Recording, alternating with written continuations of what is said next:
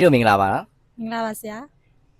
သမီးတို့ရဲ့နာမည်လေးမိတ်ဆက်ပေးပါဦးသမီးနာမည်ကတော့သူစာလွင်ဖြစ်ပါတယ် ဒီဘက်ကရော မင်းနာမည်ကလည်းနှွေးလိုက်ပါ ဒီမှာပေါ့နော်ဆိုတော့ဒီ bus ကနေပြီးတော့မှဘယ်အလုံးနဲ့ interview အောင်ရတာလေးပြောပြပေးပါဦး သမီးတို့ကစူပါမားကတ်ဝယ်ဟောက်ကူနဲ့အင်တာဗျူးအောင်ထားတာပါ bus မှာ interview အောင်တော့ကလေဘယ် level နဲ့အောင်ခဲ့တာလဲ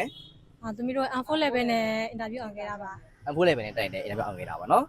interview အောင်တော့ရောဘယ်လိုခံစားရလဲ အရန်ပြောခဲ့ရပါတယ်ကိုယ့်ရဲ့ပထမဆုံးအင်တာဗျူးလေးဖြစ်တဲ့အတွက်တိုင်းတည်လဲဝမ်းသာပါတယ် ညီမလေးကရောဒီ interview ဖြေတဲ့ခါမှာပေါ့နော်ဟိုဘယ်လိုမျိုးမိကုန်းနေရခက်ခဲတယ်လို့ထင်လဲ ကိုယ့်ရဲ့အသက်ကျန်တဲ့အားနဲ့ကြောက်ပြောတဲ့မိကွာအခက်အခဲဆုံးလို့ထင်တယ်ဒါပေမဲ့တင်တဲ့ကနေအကောင်းဆုံးတင်ပြီးလိုက်တဲ့အတိုင်းဖြည့်ကျူးလိုက်ဖြည့်ခဲ့တဲ့အတွက်ကြောင့်မလို့အဆင်ပြေခဲ့ပါလေ ဖြေခဲ့တာပေါ့နော်ညီမလေးကပေါ့နော်ဒီ interview ဖြေတဲ့ခါမှာ interview အောင်မှုတက်ပေါ့နော်ဘာအရေးကြီးဆုံးလို့ထင်လဲ ဟုတ်မန်နာနဲ့ကိုယ့်ကိုယုံကြည်မှုရှိဖို့ကအရေးကြီးဆုံးလို့ထင်ပါတယ် ဟုတ်နော်ဒီအကြောင်းကပေါ့နော်ဒီညီမလေး interview အောင်မှုအတွက်ကိုဘာတွေ supporting ပေးခဲ့လဲပေါ့နော် အင်တာဗျူးဖြေတဲ့ရှင်ကနေစပြီးတော့အဆုံးထိကိုအခုညီတွေလည်းအများကြီးပေးပါတယ်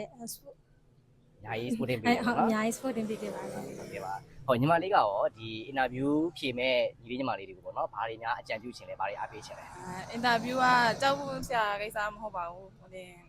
အကောင်းဆုံး perfect ဖြစ်အောင်မဖြေနိုင်တော့မှစိတ်ရင်းနဲ့ကြိုးစားပြီးတော့ဖြေမယ်ဆိုရင်အားလုံးစီပြေသွားမှာပါလို့ကြံပြချင်ပါတယ် ဟုတ်ပါပြီကျေးဇူးတင်ပါတယ်နော် ကျေးဇူးတင်ပါတယ်